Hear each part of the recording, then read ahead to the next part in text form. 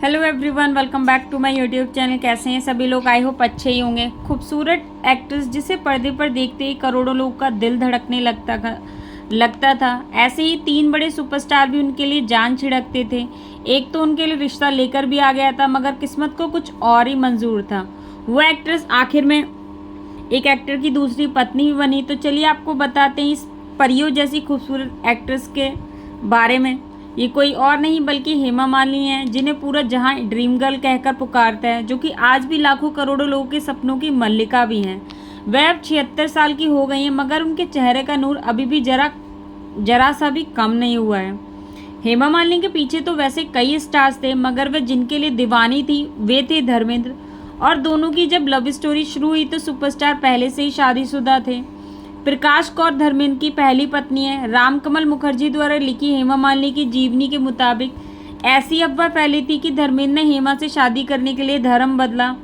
वे मुस्लिम बने। धर्मेंद्र ने दिलावर नाम रखा तो हेमा ने आयशा भी। फिर दोनों ने निकाह किया, फिर अयंगर समारोह में शादी की थी। हेमा मालिनी और धर्मेंद्र में 13 साल का फासला है। लेकिन क्या आप जानते हैं, धर्मेंद्र के अलावा दो सुपरस्टार और भी थे जो हेमा से प्यार करते थे। ये दोनों कोई और नहीं बल्कि संजीव कुमार और जितेंद्र थे।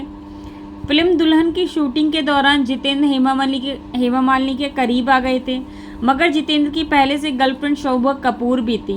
जब हेमा जितेंद्र दोनों के प्यार की भनक शोभा कपूर को पता लगी तो धर्मेंद्र को बात करने और समझाने के लिए भेजा था, और धर्मेंद्र ने जिम्मेदारी बखूबी निभाई थी। नतीजा ये हुआ कि जितेंद्र और हेमा अलग हुए और खुद धर्मेंद्र ही हेमा के करीब आ गए और शादी हो गई।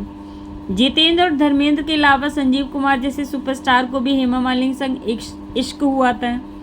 कहते हैं कि हवा के साथ साथ गाने की शूटिंग के दौरान दोनों एक दूसरे के करीब आ गए थे।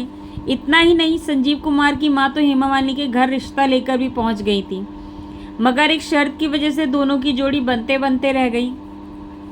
दरअसल संजीव कुमार उनकी मां नहीं चाहते थे कि हेमा मालिनी शादी के बाद फिल्मों में काम करें, मगर ये शर्त हेमा मालिनी और उनकी मां को कतई बर्दाश्त नहीं थी। इसी वजह से ये जोड़ी बनते बनते रह गई थी।